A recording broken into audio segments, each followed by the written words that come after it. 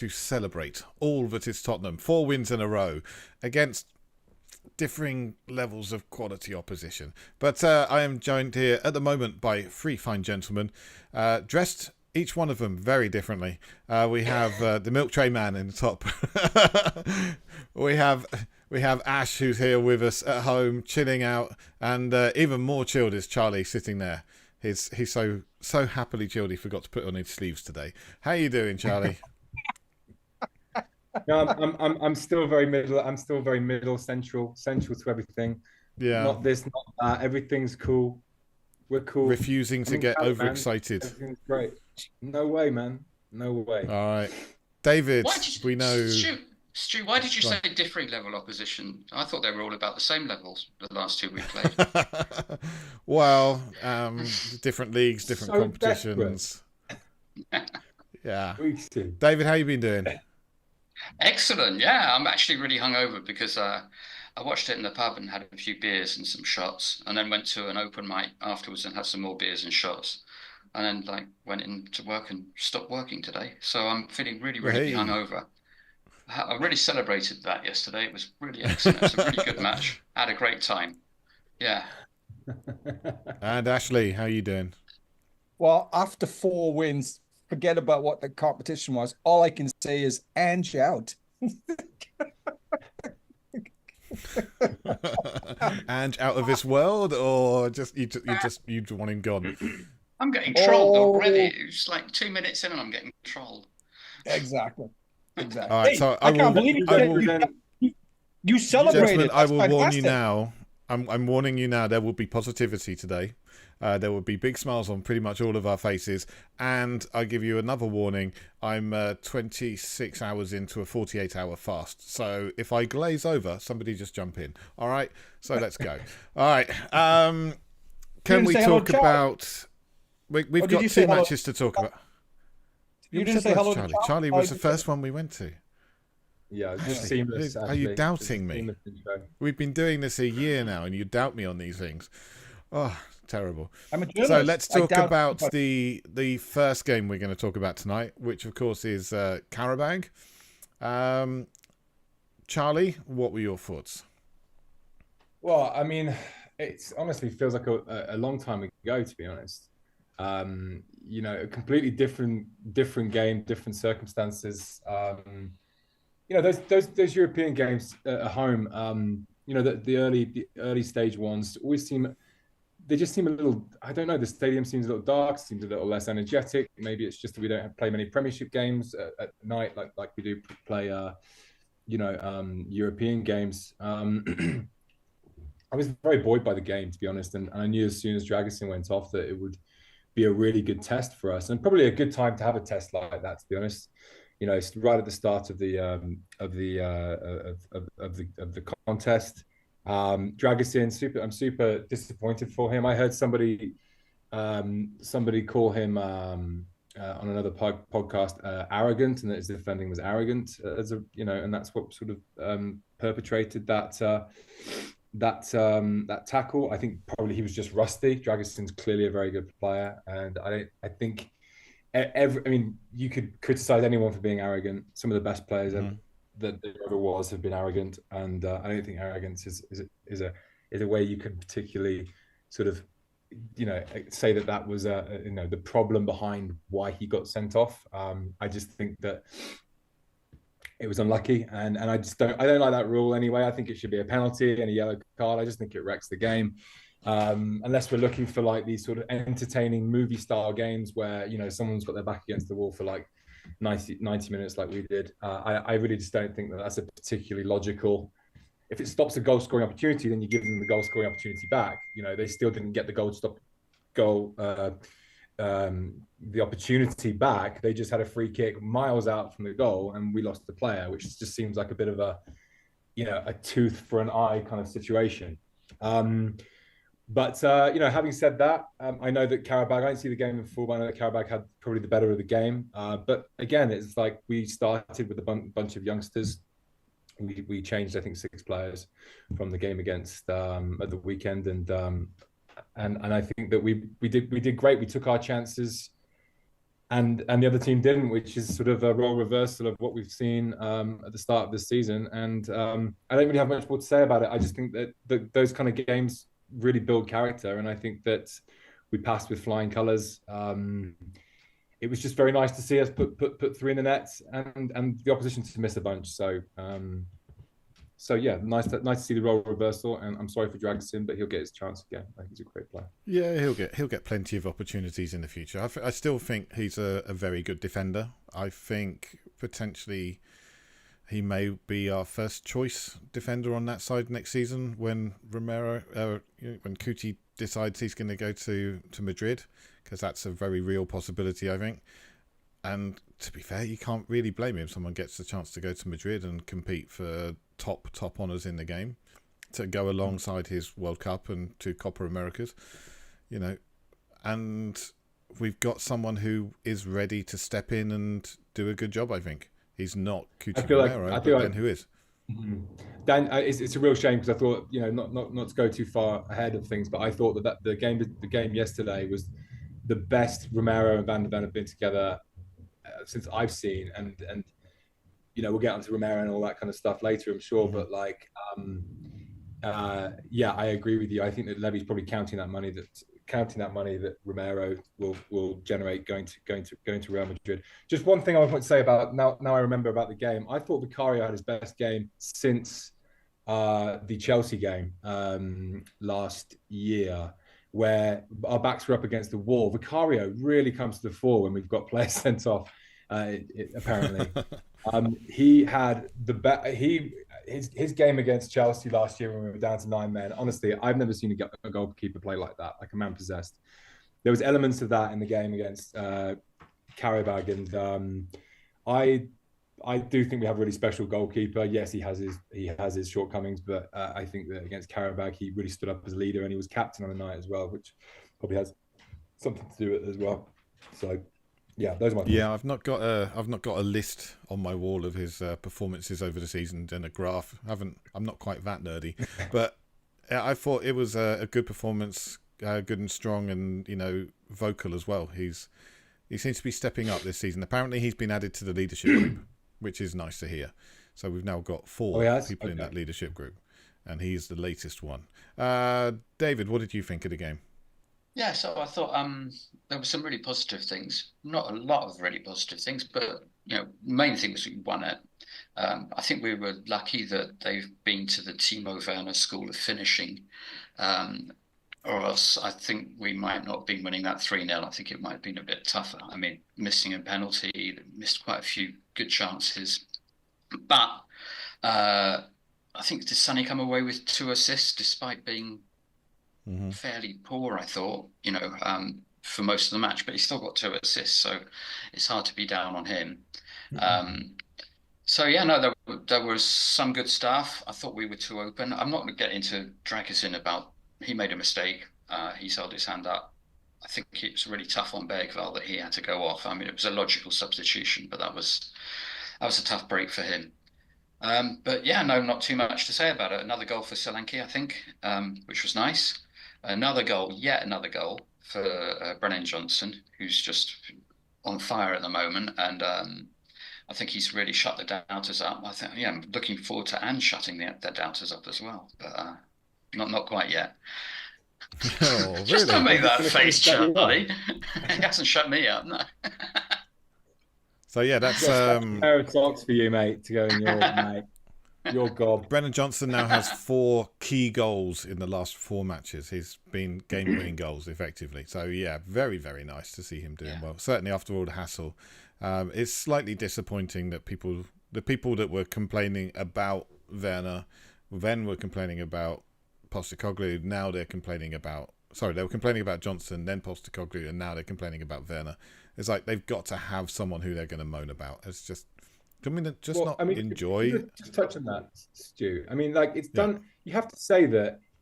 And listen, I don't condone any, and everyone says this before they get into it. But like, the fact that he was abused by a certain faction of and I'm not, again, don't condone abuse, but it actually has helped his game, and you can't you can't overlook that.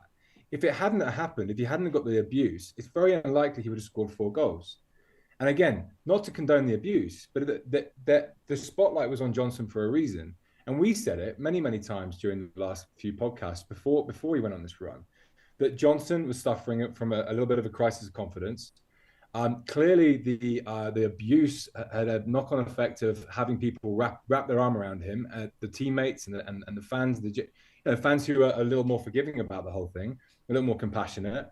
And that's just the ecosystem of being in a club like this. That would happen at any club, I think, if you've spent 50 million on a player and they can see that you're not performing and yet continue to get opportunities. And now if that happens to Werner, I, for one, we all know that Werner probably scored 2 of the best 5 goals in the 1920 season for whoever it was in the Bundesliga. Some amazing goals. He's got it in his locker. Now, if he had that yesterday, would have been, away by half time. I don't think it's a bad thing that he's getting abused. I think he's right. He's getting abused. He's getting great chances to put away, and he needs to put them away. And now, if you put our arm around Werner, great, and he'll go on a streak as well. That's just the way the ecosystem works. I just think there's a difference between criticism and abuse. I think I agree Johnson received was absolute abuse. And I don't think that helped him in any way at all. Criticism can be positive. There can be negative criticism, which spurs you on to greater heights. And potentially there may be an element of that. But I would not want to say, oh, the abuse is worked because now we're seeing the results. I'm not saying it's a system that we should lean on. I'm just saying it's part of the ecosystem of what it is to be at a football club. And you're always going to get fans who are, do stupid shit.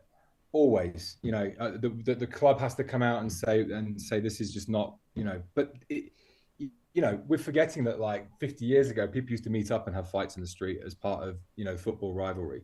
There will always be those people who react so emotionally to people that they call them the worst words under the sun. And every club, I would say that every club has that, So again, I will say that, and it's a serious point, that Johnson has become a much better player since he's had to face that adversity, and and people have had to rally around him. I would say the club becomes stronger as a result. Can I say something? Of course you can. Jump on in, Ash. Yeah. No, Charlie, your review of the game, I agree. We tend to agree on many things. The Carabao game, right. I'm just wondering, I'm hoping it might be a turning point because it allowed the team to come together, 10 players, and then the subs coming on, that perhaps we can look back and say that was a turning point in the season. Vicario did, when Sonny went off, was captain for the rest of the game. Something about Sonny. I know we played differently yesterday with Cootie as captain. Yeah, dude, I'm so glad you said this. You know what?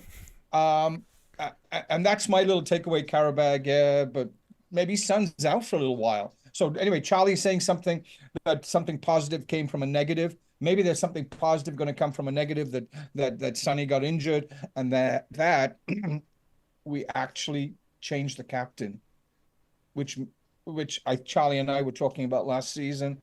I think it could mean a major shift for us. I posted on CADS a picture of him. I think it was Solanke's goal, and and Cootie's standing like this. And I'm going, yeah, he's the boss, And it just, there was a nice vibe about it, Anyway, he didn't play in that Carabao game, but that thing about Sonny came out of the Carabao game. Is he out for a few? He needs a rest. He needs a rest. Make him the ambassador of the club, whatever, But going back to that game, it could be a watershed moment for the team, pulling together, and hopefully we get Dave on his knees at the end of the season going, I was wrong, mea culpa. Yeah, at the end of the season. But just coming back on Brennan Johnson, I think I said during the pods when he was getting quite a lot of criticism, I was reasonably critical as well, but I said the main problem for Brennan Johnson is that we're not playing to his strengths. Yeah, and absolutely. Over the last few games, we've started playing to his strengths. The ball is going in front of him instead of behind him or to his feet. we're getting sort of passes into places where he can actually hope to score instead of giving him the ball just past the halfway line, straight into his feet, where the only thing he can do is turn around and recycle the ball. That's all he can do from those. And that's what it was like for about 30 matches in a row. Now we've had a few matches where we've actually started playing what Ange says he wanted to play. And it's great when it works, you know. And I think Brennan thrives off space, from balls into space, balls that he can run into, you know. And I think that's more of the difference, much more than him reacting to having been abused. I think it's actually we're playing better, and it's playing to his strengths. And I think that's what he also put in quite a decent shift defensively against United yesterday. Got back into some good positions and helped out.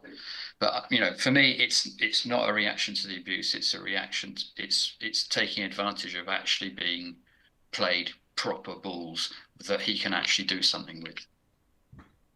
Yeah, I think that's got a huge part to do with it, because, I mean, you know, I've been banging on about that for I don't know how long. A number of times he had to stop and wait for the ball to get to him instead of using his pace to attack the space that was available. It was just nuts to me. But suddenly we're getting the ball to him quicker, and we're giving it to him where he's actually running on to the ball instead of waiting for it to come to him. Yeah. Which I guess brings us nicely to our first goal yesterday. How to describe that goal? Anybody saw the Sonny's goal against Everton? It was like that, but just so much better. It's just so good from Van der Ven. I mean, he took it on much further, went past players instead of... He didn't... In the Everton game, he ran with the ball a long way and passed it at the right time. The Man United one, he ran with the ball a long way, went past 3 players, and they're... I genuinely kind of have the feeling there is no way that 3 professional defenders should be letting another defender go past them that easily.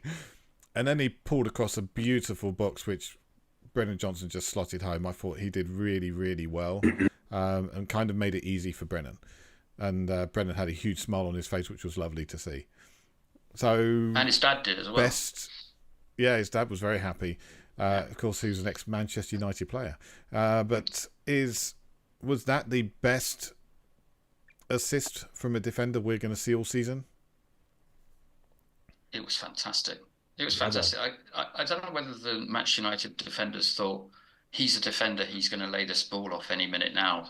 Just we're not expecting him to just dive into that gap, and forgot how bloody fast he was when he pushed that ball nearly to the byline and got to it. That was just pure speed.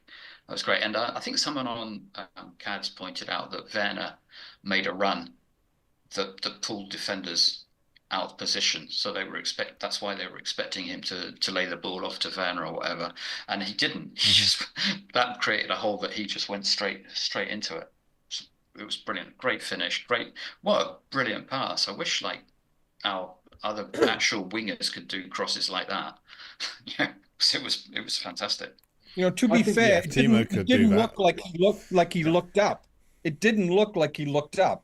That he just might have passed it in, beautiful pass, but he might have passed it blind. Maybe he knew that Johnson was going to be there. He said that in an interview. I think he said that he saw him He saw him halfway through his run. He was making strides with the back post. He didn't actually look up when he passed it. He didn't look up. No, what I think he said was he knew that Brennan Johnson would be coming in on the back post, and he said, I just needed to get it between their defender and their goalkeeper across the goal, and I knew that Brennan Johnson would score. I also heard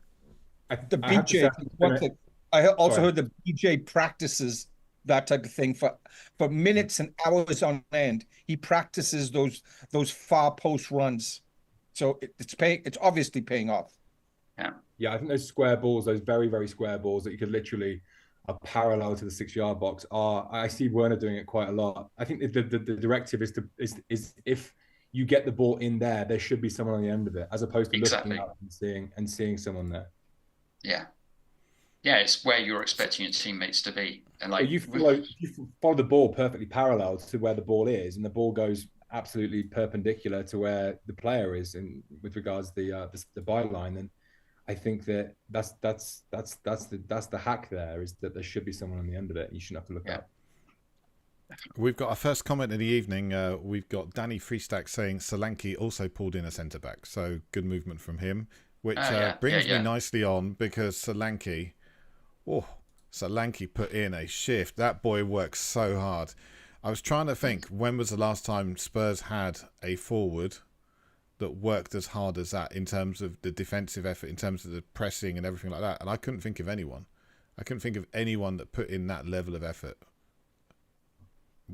Who am I missing? I understand Bobby Smith was good at that, but it's way before my time. If Austin was here, he'd be able to tell us.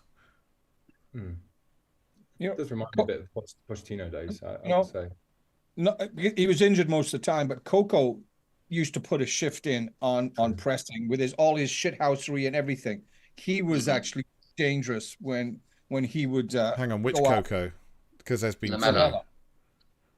Okay, I thought you were talking about Chris Armstrong for a second. Yeah. Really? Okay. You would have got injured if you tried pressing. Yeah, but I do recall, Stu, you're totally right about Solanke, but I'm just, there was some games where Lamella was like off his head, pressing crazy, and causing them disruption in their defense. Anyway, that's what it was causing that yesterday. So I think it's Solanke leading the press, but our press for the entire first half was, and it was also against Brentford, and no, much less against Carrier-Bag, but that doesn't matter. But Brentford and Manchester United, I think one of the big differences is the intensity of the press we're putting. We're not letting people get out of their half. We're hardly letting them get out of their third. Their first third. We're so on it, and it's creating so many chances. It's creating a lot of chances, and I think it's Solanke leading that. And I think it makes a big difference having like it's kind of an anchor man. It's not just his pressing, but it's also that he's available. He's causing trouble. He's available for the bounce. He can hold it up. So if we get it, then they can get it into him, and he can lay it off or give it, So yeah, he put in a real shift yesterday. Got a goal, well deserved. Yeah. Crucial for the second goal as well, because in the build-up he held off the defender, let the defender turned him and let the defender go past him, and then a really strong header into Brennan Johnson's path, which ended up leading to the second goal with Kulu. Sorry, Decky. Shouldn't call him Kulu. He doesn't like it. Decky. He doesn't like it. Yeah, he doesn't like it. So, yeah. Which I guess brings us on to Mr. Kulusevski. Just how good was this guy? I mean, we saw some really, really strong performances. We'll get onto the weaker one. There was one particularly weaker one, which I'm sure we'll talk about later. But let's concentrate on the strong stuff. Kulusevski was immense. Just immense Shaolin soccer. Yesterday. It was Shaolin soccer, that goal. Yeah. Did you ever see that film? Yeah, sadly. That was great. It's kind of reminded me of his goal against Bayern in pre-season, because just that little sticking his toe out and flicking it, and I thought he did really nice finish. And I think that, we scored 3 goals, but it could have been so much more if there had been a slightly lesser goalkeeper in their net, because Onana pulled off some very good saves and positioned himself well and got down to smother the ball when Solanke was effectively had a tap in or a one-on-one. So there was so much more to come, I think, and it would have been nice to see us take more chances, but it's nice to see us making those chances, which is something I feel we've lacked a little bit up until the Carabag game. Maybe the Brentford game, but suddenly we seem to be taking our chances. Brentford game was the beginning of the change. Yeah. Yeah, maybe. I still think we weren't being quite as clinical, quite as cutthroat as we could have been in that game. But suddenly the Carabag one, we were actually looking like we were creating some real open chances and making some good plays. And when we did it against Manchester United, everything just seemed to click together. It's just that final touch, that final finish. It could have been 6. I think Decky has a lot of responsibility for the uptick. His introduction into that, is it number 8 position? Anyway, sort of, I don't even know, because he's everywhere. You know, he's like it's like a he's double dropping number deep 10 and getting position. things going. He's causing trouble around their penalty area, and he's getting into shooting positions. That was a sensational performance again. I think he is. We were wondering at the end of last season. I don't remember whether you remember, where should we be playing Decky? You know, because we shouldn't be playing on the right. It's away. Should he be playing instead of Maddison? I think he showed that he's like definitely deserves that place in central midfield, and was just he's been causing people all sorts of trouble. Someone on CADS said it reminds them of Dembele. I wouldn't go that far, because I think Dembele tended to be really good deeper, whereas Kudeki is incredibly effective, right just on the edge of the penalty area and onwards. But yeah, there's something about the Dembele about him, because when he's on the ball, it's so hard to get it off him, and he just seems to it looks like he's fumbling, and it's incredible. Well, David, I think it's going to be tough for you to hear this, but I think you've got to give a lot of credit to the manager. Yeah, and, I will. You know, and look, I mean, we spoke about it last year a lot, because, you know, we sort of identified that Decky wasn't, you know, his best position wasn't on the right. We suspected it was in the middle. We also had this dual issue with the fact that Maddison had no real pressure and was kind of a given on the team sheet every week. And I'm not saying that he's not, because it seems like he is, but I think we identified that there was no real emergence of, you know, a player who was coming from underneath him to actually pressure that position, and hence why he was a sort of given that number 10 there. But it's been a real happy accident, I feel, that Postecoglou's had to figure out is where to put Kulusevski, and he's actually, it's a masterstroke. But I would even say that he's playing more 10 than Maddison is right now. Maddison's coming from deep, sorting out problems, unlocking doors a little bit deeper, which suits our defensive game, I think. And I think him and Bentancur are getting a nice little thing going on there. But even more so, if you want to, you know, Stu, to your point, if this is 2 10s we're playing right now, it kind of solves that issue that we were talking about last year, particularly with Bergvall being able to slot into either of those positions at the same time. We now have like almost like a dual number 10, which sort of looks a lot more like that fluid front five we've spoken about before that Manchester City sort of implement. And for me, it looks a lot more cohesive. The midfield now looks a lot more joined to the defense, as you know, you now have creative players all over the park, and it's not like 2 holding midfield players, you know, that kind of situation. It's more of a fluid front five that come back and get the ball, you know, as and when, and obviously we now see the fruits of putting Decky in the middle, which he is just a completely different player. I mean, he is his true talents have really come to the fore, and his that sort of centre forward false 9 position that he was playing in pre-season is still kind of there on offer. It's a lot more accessible for him. He doesn't necessarily have to play so much out wide, although his heat map does sort of see him push out to the right. I'm just assuming that Maddison's will conversely see him push more out to the left. Yeah, I think that's right. I think it's fantastic, you know. I thought the really interesting thing about this double 10 tactic that Ange has brought in, I was like, oh, that's really interesting. I've not really seen that before. And I've been listening to Ange Ball, the book by Vince Ruggeri, which is like, apparently it's the definitive history of Ange Postecoglou. And he talks about him doing this when he was with South Melbourne when he was 30 years old. So that's 30 years ago now. So clearly this is something he's got up his sleeve and ready to use when he needs to, because he's been doing it, you know, a long time ago.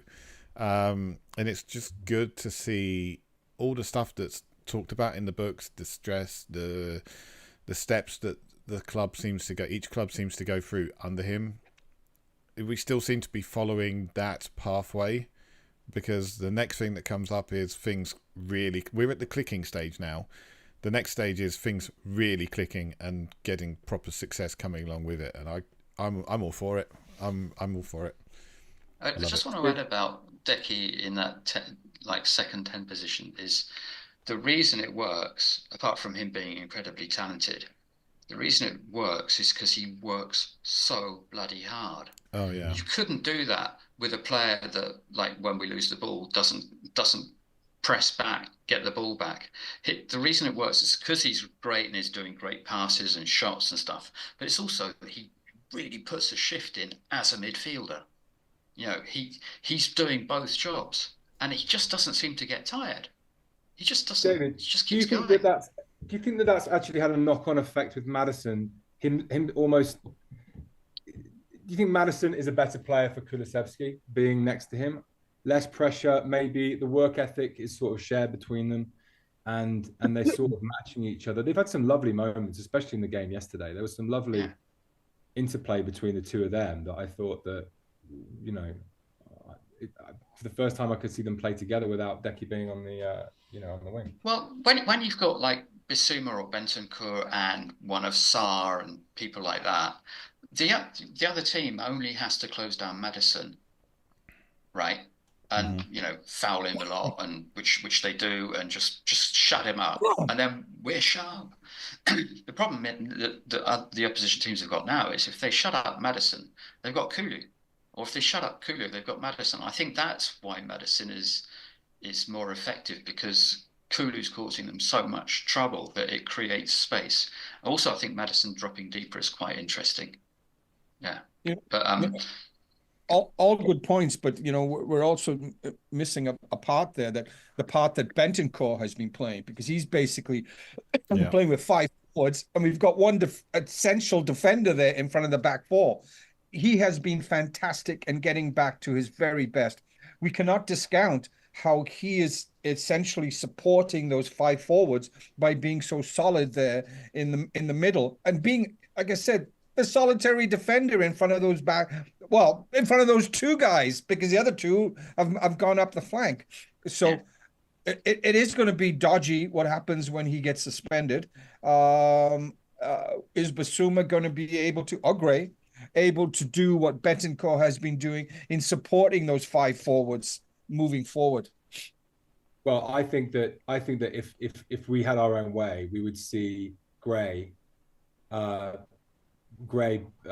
up Bentancur, because I feel like they're very similar players in that role. And I can't remember who said it a couple of weeks ago. It was probably David Weeks, but he I don't know. Was it a good point? Don't talk about being a hostage to fortune. I've got no idea what he's going to say.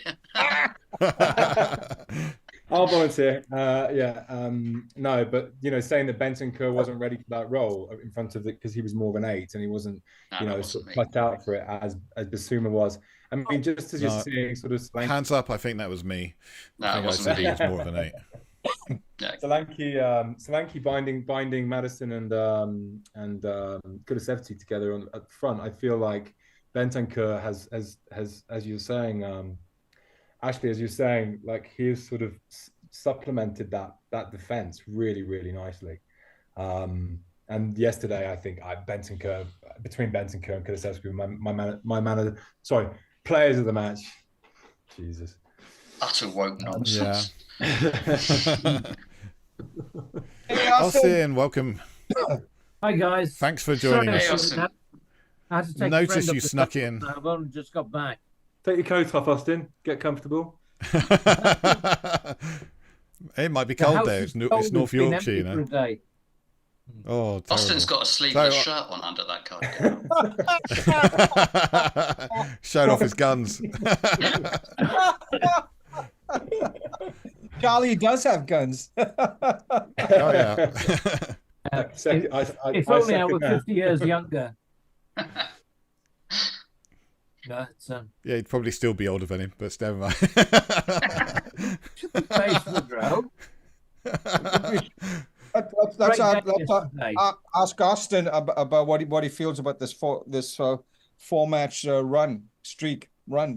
Yeah, go on, Austin. Give us your thoughts. I think it's been coming, because I think we were good against Leicester, we were good against Newcastle, and we were good against Arsenal. No, but we just didn't quite finish what we started in the last 2 or 3 games. We've managed to finish what we were starting, and about Ange after 4 games, but no, I was getting I take exception. I was getting agitated with Ange after 32 games. But... Shut up, Blowfast. Go ahead, Austin. But I do like the fact that he's got Maddison and Kulusevski playing together with Bentancur playing behind him. We were just saying that. Bentancur's stats were excellent yesterday. I think he had an 88% pass completion rate, if not more. And a lot of forward passes as well. It's not 88% with little sideways tappy balls. It's, decent long passes. Oh, absolutely. And also, I think that Solanke doing he's not the complete article yet, but he's done a lot of chasing down. He's done a lot of work. He holds the ball up. He really rattles opposition. And I think it's easier for the players behind him to pick up loose balls because he's doing quite as much work. Mm-hmm. I think we've got a nice combination at the moment. Yep, agree with pretty much all of that. But I still couldn't take man of the match away from Van der Ven. I think I was going to talk about it earlier. I was going to ask you for your alternative man of the match, player of the match. Sorry, people. My alternative would possibly be Bentancur or Vicario, because Vicario made a save in the first half, which was a very good fingertip save, and he clutched the ball in. And had we gone to 1-1 then, I think it might have upset the rhythm of our game. But Bentancur was superb yesterday. It really was. And I only saw the highlights, and I've read reports, and so I'm really being a third-party commenter here. Anybody else got any ideas for alternative player of the match? Well, my alternative player of the match is Van der Ven. Because you've got Kulusevski number one. So I've got Decky as the man of the match. But you're right. It could be Decky. It could be Bentancur. It could be Van der Ven. They're all good shouts for it. I'm not going to fight anybody over it because you're all bigger than me as well. So there's that as well. Here's the point, and we could bring Charlie into this. Maddison didn't stand out as much, but I think he's been really, really solid, and we don't want him on the bench now, right, Charlie? Well, I was going to ask Charlie, does he now feel that Maddison has enough competition within the club to keep him on his toes? I was thinking, about this before I got on the podcast. The first thing I wanted to say really was something like this, but David Weeks dressing like Blofeld was far more fun and far more fun and far more deserving of ridicule than my condemnation of Maddison all last season and into this season. Look, again, it's like I think it's that abuse criticism sort of line. Everyone knows that Maddison's a fantastic player. I know he loves playing for Tottenham. We know how good he can be. Why isn't? And I think it's okay to put the spotlight on a player and say that it's okay for them to drop back and consider reasons why they might not be playing to their best of ability. And I said last season, I thought that reason was because, the biggest problem player last season was Giovanni Lo Celso, because he simply wasn't able to step up and provide Maddison any kind of competition at all within the context of Ange Ball. So what's happened this season, just going back to what I was saying about Kulusevski coming into the middle, we were all saying, oh, maybe Kulusevski's the 10 that we've been waiting for. Well, turns out that, I didn't know this until you said it, Stu, that Ange has actually played 2 10s in midfield for the best part of 25 years. And I think it worked really, really nicely. When I first saw that team sheet, I think it was against Arsenal, correct me if I'm wrong, where Kulusevski and Maddison were playing together. I thought, well, that makes our midfield look a bit light. But I will say that I feel that it has actually had the opposite effect of knitting together our defence and attack in ways which I never saw coming. And I just didn't think Sarr and I didn't think Bissouma were capable of that. And I think that quite naturally, they have been the ones that have dropped to the bench because of this more fluid style that we need to play. That is, bringing defence to attack far more fluidly, far more creatively. So yeah, I think to your question, I think the problem has been solved. And I think the Bergvall could easily slip into the Maddison role, and I think the Bergvall could easily slip into the Kulusevski role. But he, for now, is definitely the coming off the bench option. So yeah, which brings us nicely to our substitutes yesterday.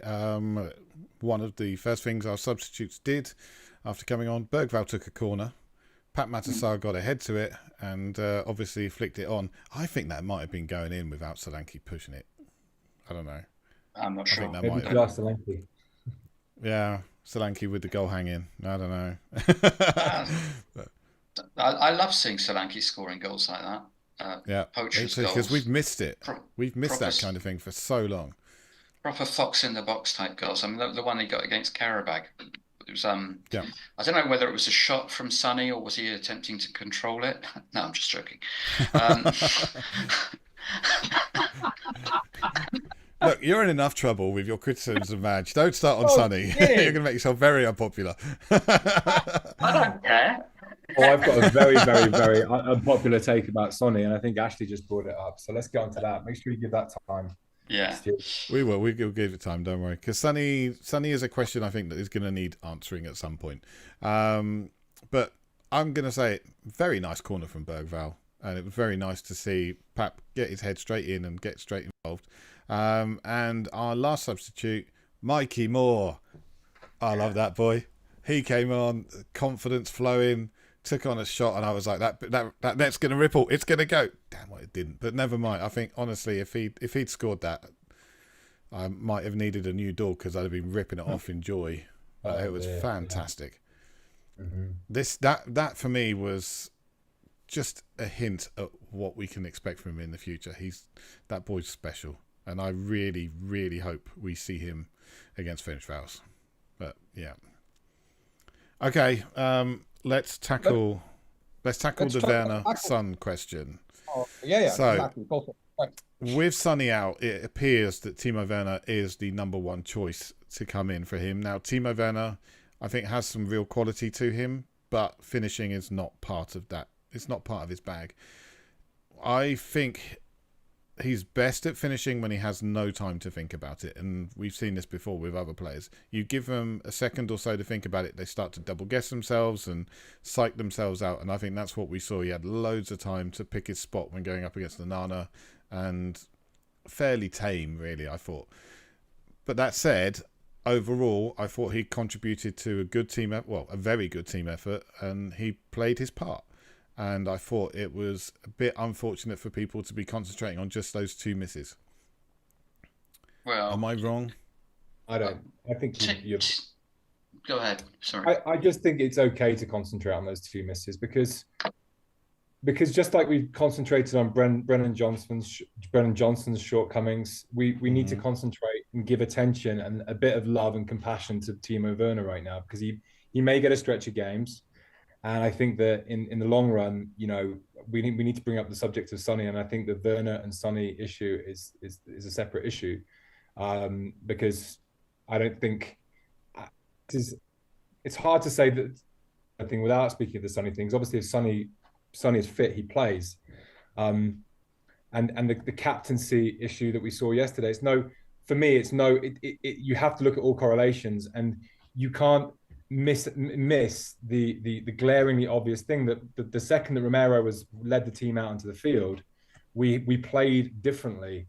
We played with way more discipline, far more determination, and to be honest, the stakes seemed higher for us yesterday, far higher than United. And I love Sonny. I think he's a fantastic ambassador to the team. And I think he'll be back in next week. It sounds like it's just like being tired. You've got Mikey Moore. Sounds coming like up, a niggle, yeah.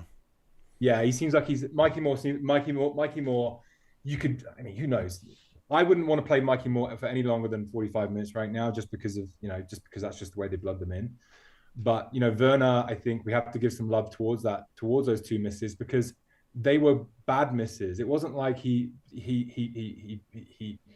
tickled the post. It wasn't like the goalkeeper made good saves. He put it right into the goalkeeper's palm. And that's a problem. I think he's a very good player, and I think he definitely played his part. And luckily, we didn't need those two misses that could have been goals. But, on tighter games, it could come down to that. And that will not get forgiven by that same fan base that absolutely annihilated Brennan Johnson. I think he was unlucky with the first miss, because I think he tried to play it between the keeper's legs. And, sometimes they come off and sometimes they don't. And I think the second one was probably because he missed the first time. No, they never come off for Timo Werner. No. It's not sometimes they come from, sometimes they don't. When it's Timo Werner, they don't. When Timo Werner is like through one-on-one with a goalkeeper, I don't even bother getting excited. I know it's not going in. I know it's not going in. It breaks words. It breaks my heart. It breaks my heart because I really want him to succeed. I really want him to have that onion bag ballooning. Yeah. Behind the goalkeeper. No one wants that more than me, but I just don't believe it's going to happen. I just,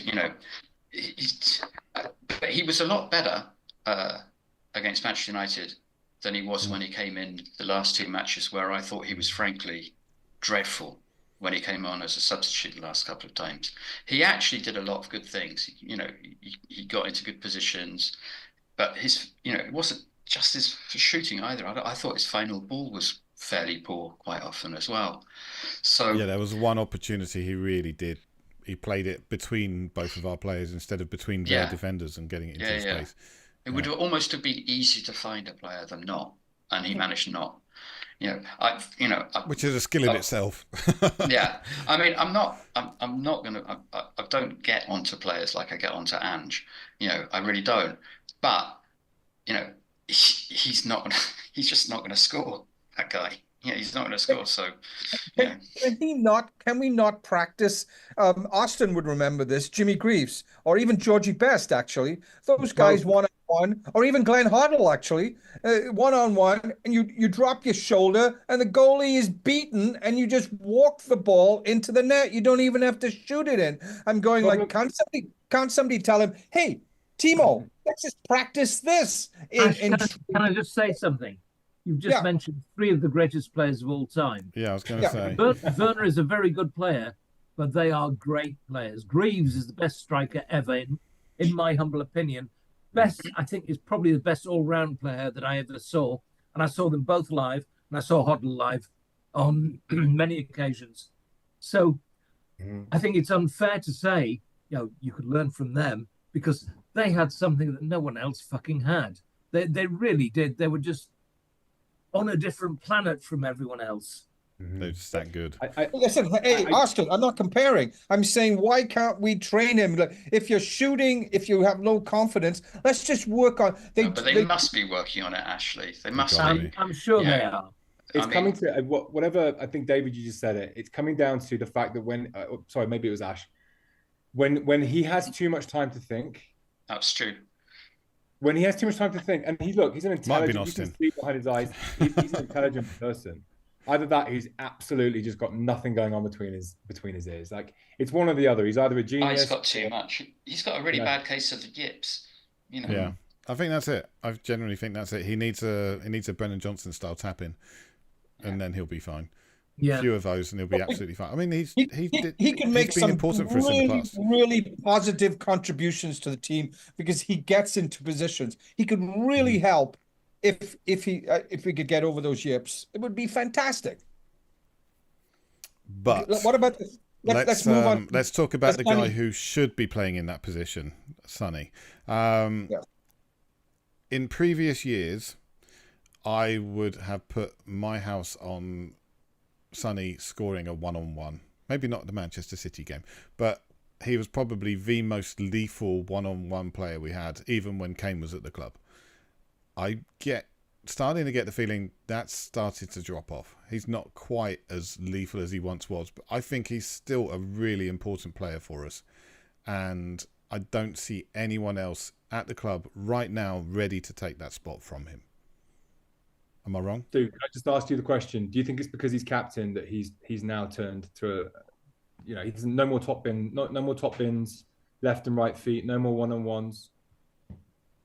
Doesn't just change over. Is it because he's captain? No, I think it's because we've got a slightly different attacking setup where we're not relying on that kind of individual genius anymore.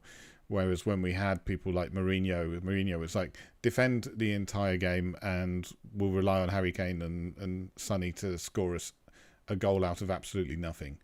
And Conte pretty much the same kind of thing. Now we're focused on the attack. We're not focused on defence.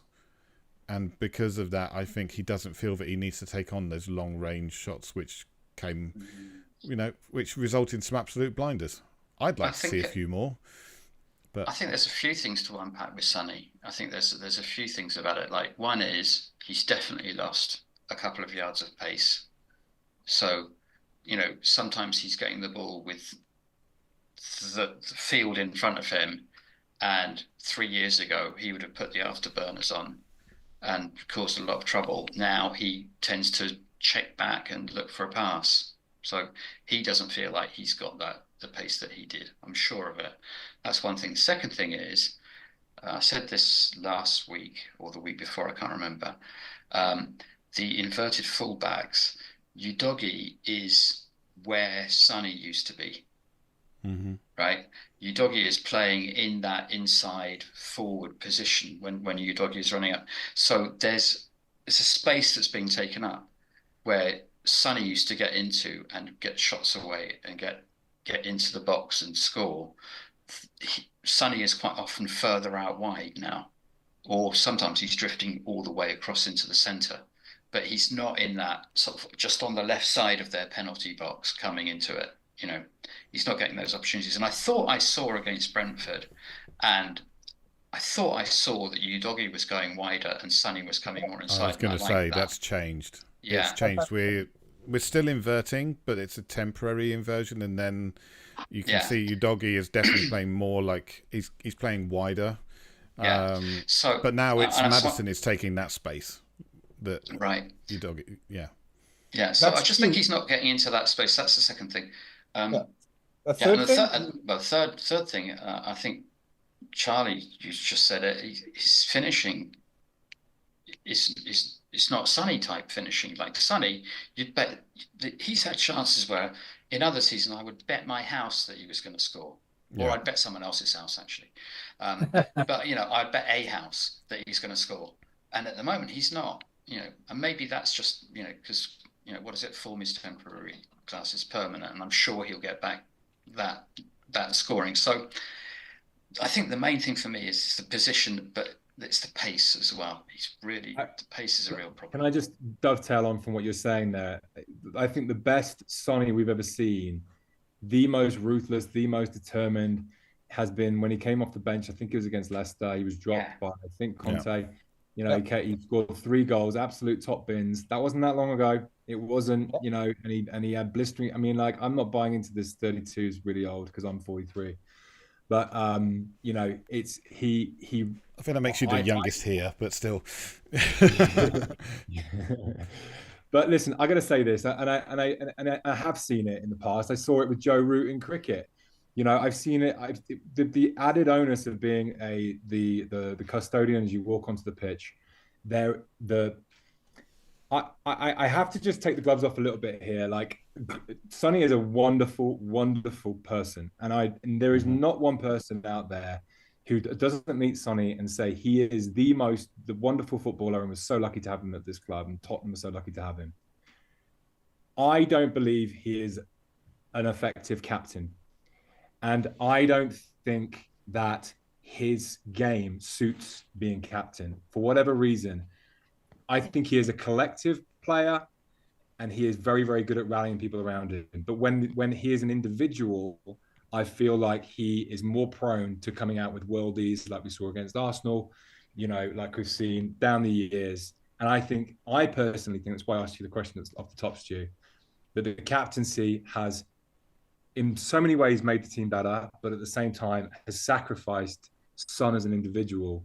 And I think yesterday was a perfect example of who naturally fits as a captain and naturally inspires the team to become better. If Postecoglou makes one more decision for the rest of the season, it's a really tough one. He's never going to make it. But Ash is clapping me, so I've at least got one fan here. I think he makes Romero captain for the rest of the season, especially given to the fact that we might well lose Romero if we don't make him captain. If he feels like he is the one banging the drum for this team, maybe he won't go to Madrid. We have in the past had a situation where we had a club captain and an on-the-pitch captain, and they were 2 separate people. Normally, it's, one person combines both. If there's one person I want representing the club at functions and events and things like that, it's Sonny, because he's such a lovely guy, and nobody can hate him, and he's fantastic. But maybe he's just a bit too nice to be a captain. Absolutely. Absolutely. I'm sure there are people out there that would say he can be a nasty bit of work when he wants to be, and we've seen him have that edge to him, like that Manchester City game after Pep Guardiola called us the Harry Kane team, and he was like, "Do you know who I am?" He's got that edge to him. He's a Premier League footballer. There ain't no Premier League footballers who are just downright to the core nice people. There's an edge to every single one of them, otherwise they wouldn't be in the position they are. Mm-hmm. That's what I feel. But maybe he's just too nice to be an on the pitch captain, leading the team and going for that killing edge. I don't know. Stu, can I just say one more thing on that? I'm putting myself in Maddison's shoes, right? Maddison's obviously a vice captain. My biggest problem with Maddison last year, and it has been an ongoing problem, is the amount of fucking videos I see on Spurs social media pumping out of him banging ping pong balls into a glass and, being really nice to people. Like, I'm just like, I'm sick of seeing that side of Maddison. I'm sick of it. Like, I want you putting balls in the net, Maddison, setting people up. If you've got Romero behind you, he's now, it doesn't surprise me that Romero got the ban yesterday and not Maddison. Maddison, Son rubbed off on Maddison when he first came to this club, and Maddison became a really, really nice guy. And he had a baby and everything, and that's all hunky-dory. But at the same time, Maddison needs to play with a bit of grit. And I think yesterday and a couple of games before, and when Son hasn't been, he came off, I've seen a better version of Maddison. He gets better when Son's not the leader, when Romero is behind him. We're a proper football team when Romero's captain. Proper Absolutely. One. Just them coming out. I could feel it when you're leading them out. I'm going, holy jeez, I can feel this whole thing. Different. Really. Yeah, and then also the goal celebration. He's such a butchy type of guy, you know what I mean? He and Pedro Porro chest bumping and the stuff, and then all his ink on him and everything. There's a leader, there's a guy who can do some shithousery, and hopefully keep it under control. But the thing is, which he Charlie, has done. Let's not get that twisted. He has upped his disciplinary game massively. Yeah, who's going to get sent off on Thursday? As someone my age, the best leaders of Tottenham have been Dave Mackay, Graham Roberts, Steve Perryman. And I think Romero is in the same mould.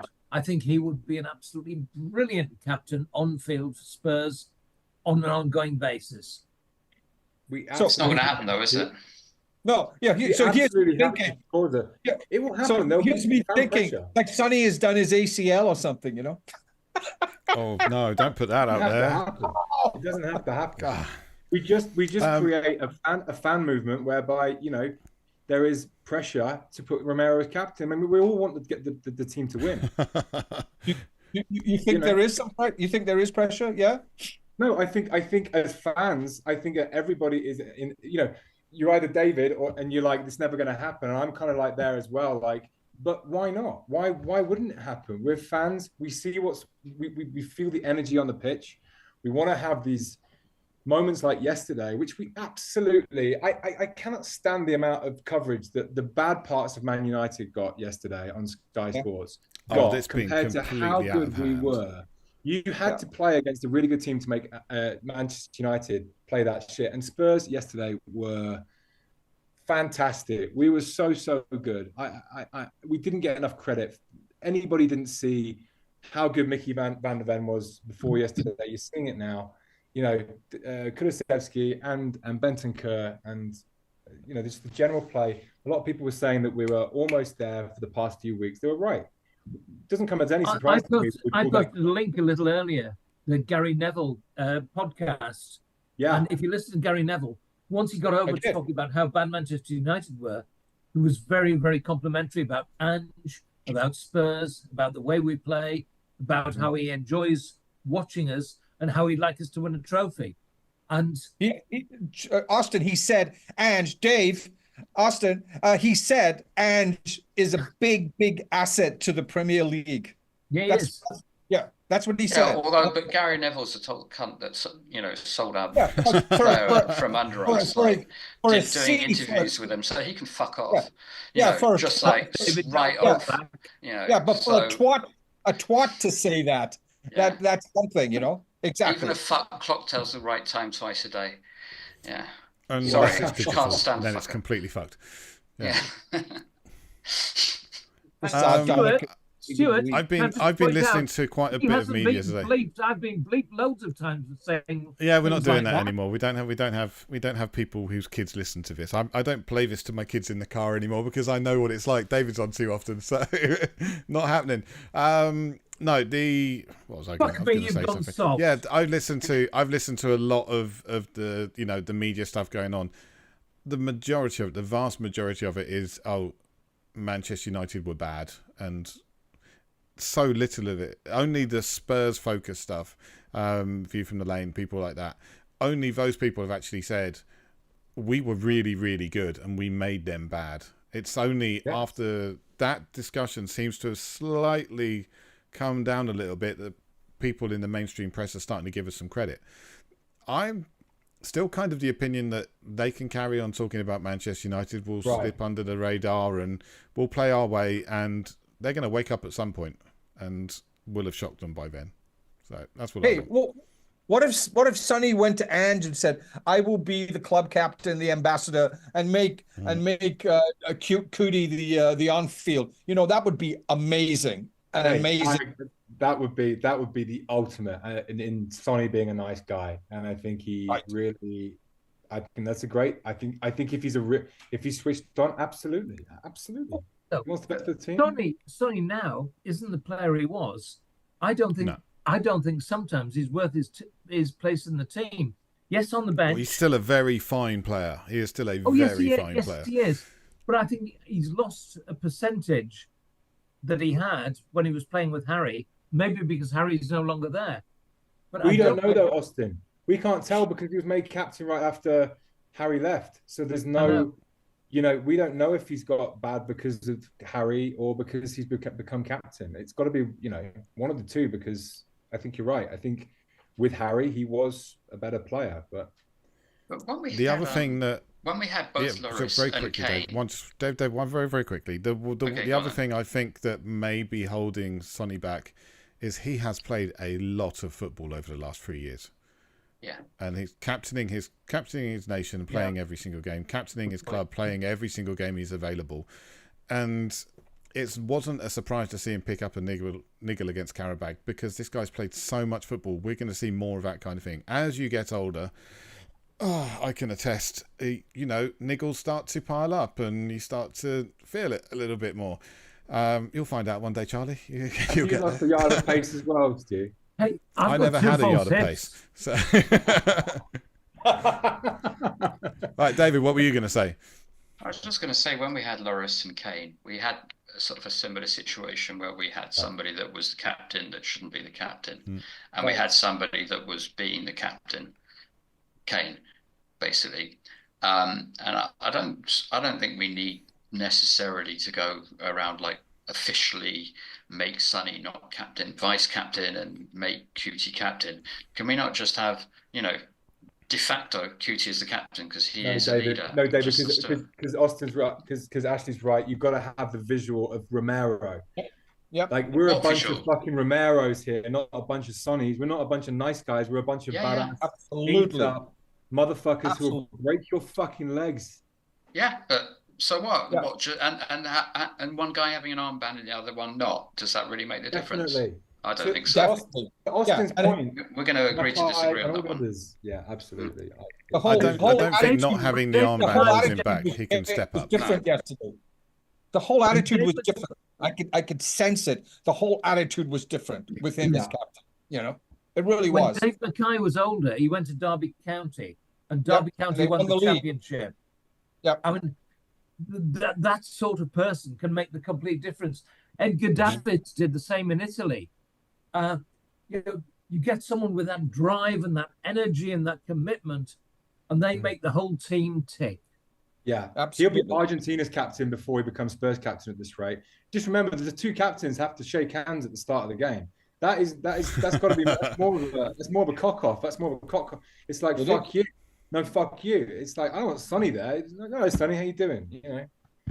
Yeah, absolutely. There's no fuck yous to Sonny. It's like Sonny would shake their hands and then give him a hug because he's that tickle on the middle of the palm. You know. It's like, so listen, we got to send emails to Sonny and say, hey, Sonny, make the sacrifice. It's like Joe Biden over here, Charlie. You're saying, hey, let the other person. I'm too old. Let the other person do it. Get that better. It would be like making a sacrifice for the betterment of the team, actually.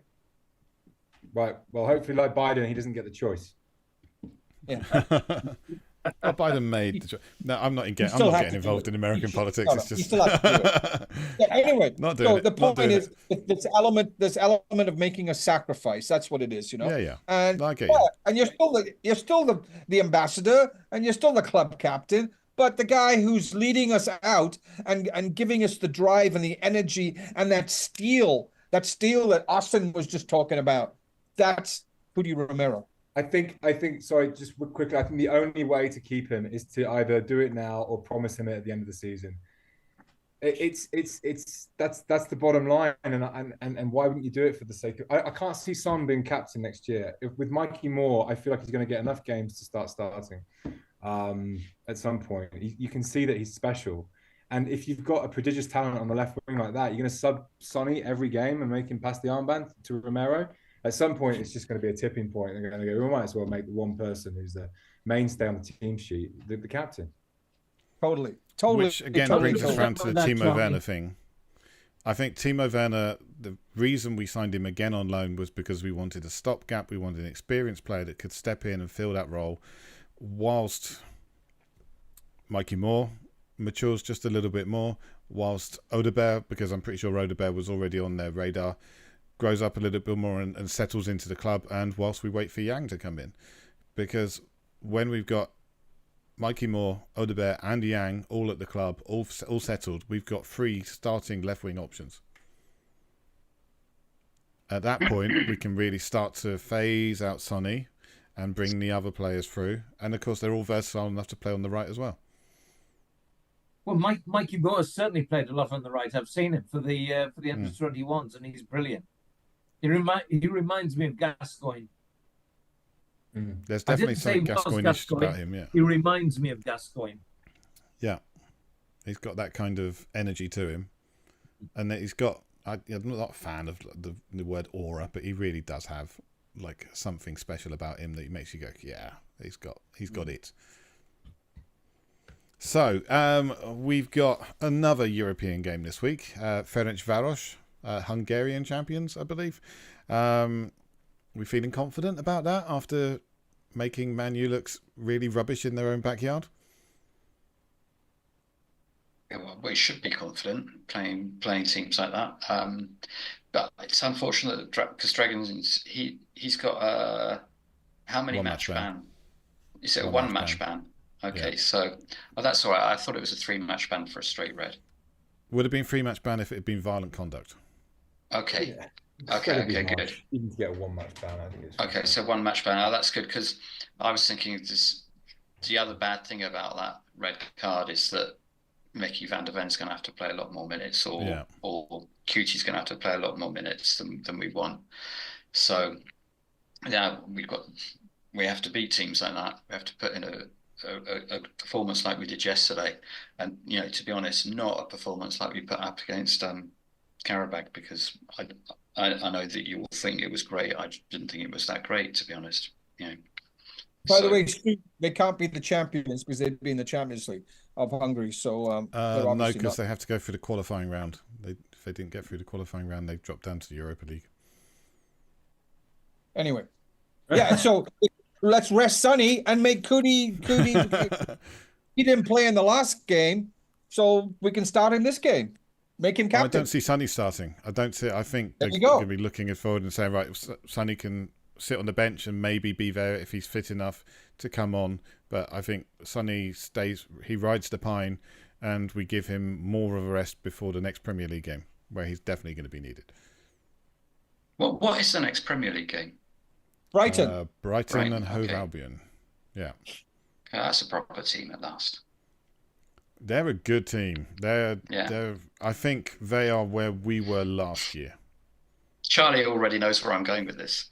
You want their manager? No. I'm just saying, I'm waiting for us to play a proper team. Okay. Okay, David. Oh, dearie me. Charlie, Austin, any thoughts for the Ferencvaros game? Sorry, my thoughts for the Ferencvaros game? Yeah. Well, I mean, due to my sort of extensive knowledge on this team that we're about to play, I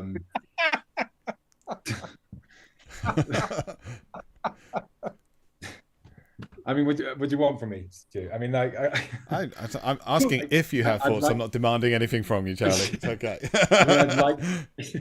I think you're going to see, captain. There you go. I could pick the team for you right now. I mean, I think I'm looking forward to seeing more of Gray. Again, I'll just say it because I think the exciting thing this year is that, and the more I look at the way we're trying to, recruit and this and that, the only real potential excuse for not signing someone like a Neto or an Eze that we did this year is that this was going to be the time where we signed these youngsters and bed them in for a season, so that they replace the outgoing so-called deadwood that we have got rid of, and this grand sort of 50 million in wages and all this kind of stuff. Bed in the youngsters so they're up to speed by the time we sign a bunch of much more experienced players in the next 2 windows to help us potentially push for major honours next year. So I can definitely see that happening now, and how that translates to the game in midweek would be you're obviously going to see Bergvall start, and you're going to see Gray, and I really hope that Gray. I'd rather see Spence play right on the right there than I would Gray. I'd rather see Gray in the middle, but I think you're going to see Basuma because he hasn't had much game time. I think Gray Spence again, isn't registered for European either. So yeah. Forgot that. Yeah. Which is so odd. I've never quite understood why he did that, and instead brought Austin the keeper. But in any case, Gray will obviously start at right back then, which I think he's looking really, really good. Yeah. And Austin and Whitehead had to be included because there are only 2 homegrown at club players. The question was whether it was going to be Forster or Spence. I think was the. That's ridiculous. I'd have gone Spence myself, but I'm thinking. Yeah, me too. Absolutely. Big risk. I mean, how much do you really need to rest Vicario? Like, how much do you need to rest Vicario? Like, why are we resting a goalkeeper? It's not as if it's not as if they did put in a huge amount of work in the game, however good they are. Yeah. Austin, I'm going to come to you. I'm just glad that spider that was hanging around you was gone because I do not like spiders. Right, go. What are your thoughts ahead of this game? I think the way the team's shaping up, I think we can beat anyone. And when I say anyone, I mean in Manchester City as well. Because some of the games we've played recently, at Arsenal, we lacked the cutting edge. But Newcastle, Leicester, Man United, we've actually looked the absolute business. And I'm 100% behind the youngsters. Bergvall, I think if Maddison left tomorrow into that slot straight away within 2 or 3 games, Archie Gray, I watched last season. I really rate that lad. I think he will step up to whether it's a number 6 position, whether it's a number 8 position, or whether it's a fullback position. I think he's a very, very good player. And then I also think Mikey Moore could fill in for Son. So I think we've got 3 young players that could fit straight into that side against anyone, and we'd be fine. Yeah, I'd like to see Mikey Moore being. What's his face played for Ferencvaros? Ferenc Puskas played for Ferencvaros in the 60s, but I'm not familiar with what they're like now. But I think we've got a team that could beat anyone. And I mean anyone.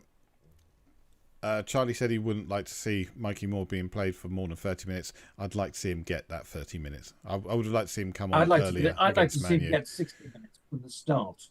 I think that might be a bit too much, but he's got such a good career ahead of him. He's got plenty of time. He's only 17.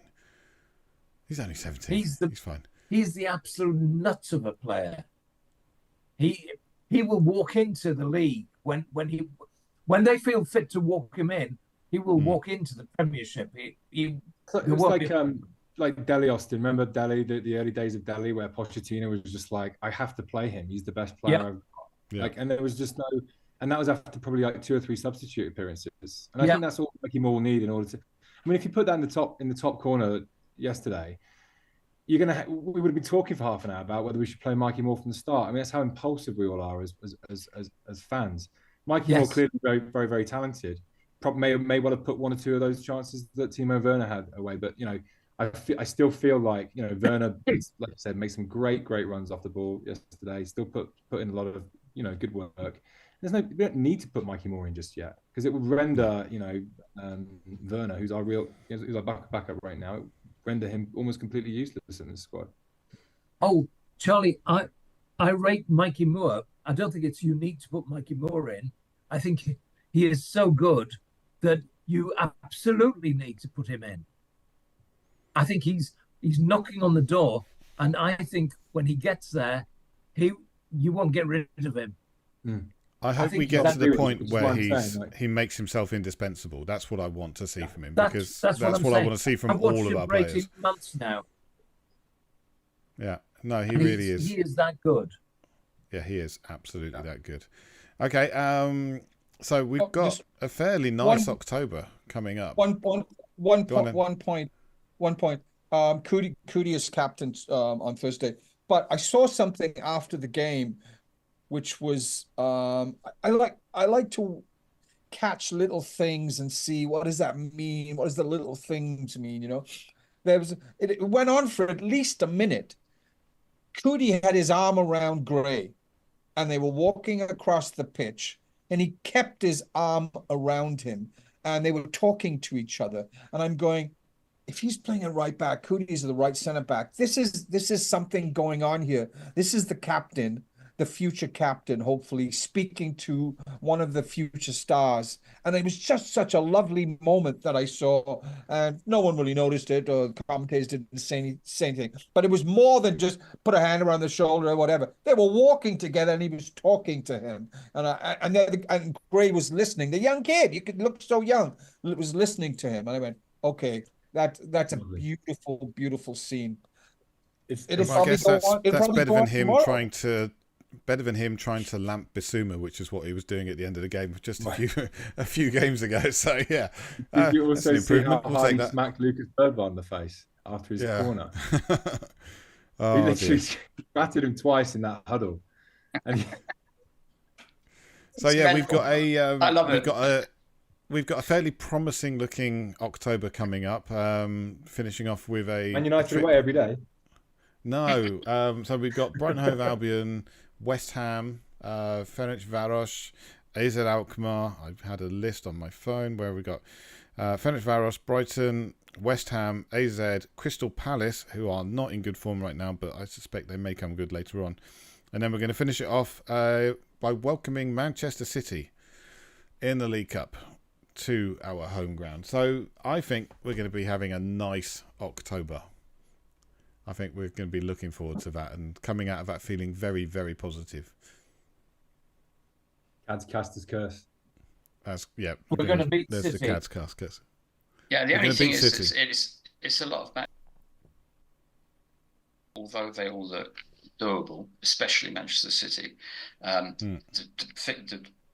the games are coming thick and fast. So, but I think we've got enough of a squad to handle it. Well, it seems to me like we're playing 4 games in 2 weeks actually comes, to our benefit. We're like Timo Werner. We haven't got a lot of time to think about it, so we just, better without that time. There's an international break in October too, Stu. Is there really? Wow, God, it comes around so quick. However much you don't want it to be. That's going on next week. It's going on after the Brighton game. Nightmare. Okay, well, yeah. I think that might be on that downer, on that negative thought. That might be the time to call it to an end, ladies and gentlemen. All right, thank you everyone thanks for joining us. I will look forward to seeing you all after the Brighton Hove Albion game, whoever can make it anyway. And we'll be talking then. We'll be talking Ferencváros and Brighton Hove Albion. Hopefully, we'll be talking about another 2 wins. Until then, everybody, thank you for joining, and come on, you Spurs. Mind you, Stuart, Spurs. thanks for hosting. My pleasure as always. Bye, Nice everyone. to see everyone.